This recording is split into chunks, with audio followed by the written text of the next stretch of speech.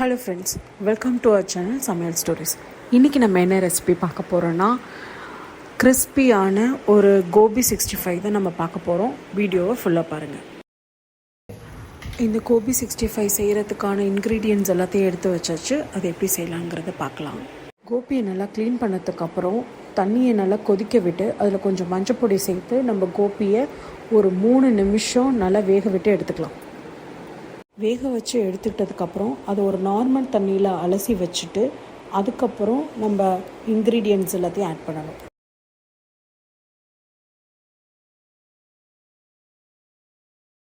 ஒரு ஜாரில் சோள மாவு, மைதா, கரம் மசாலா, உப்பு, அப்புறம் சில்லி பவுடர், உங்களுக்கு எவ்வளோ தேவையான காரம் வேணுமோ அவ்வளோ சில்லி பவுடர் சேர்த்துக்கோங்க.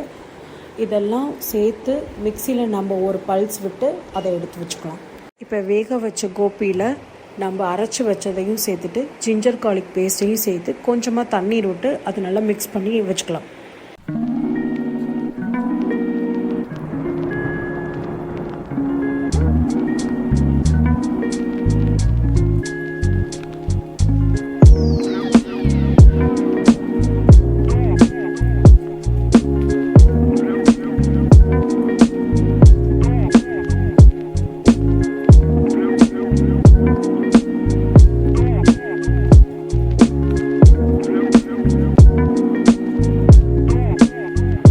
அதை ஒரு 10 நிமிஷத்துக்கு அதை நல்லா ஊற விட்டுடுங்க. அதுக்கப்புறம் எண்ணெயில் நல்லா ப்ரௌன் கலர் வர வரைக்கும் நல்லா பொன்னிறமாக வறுத்து எடுத்துக்கலாம்.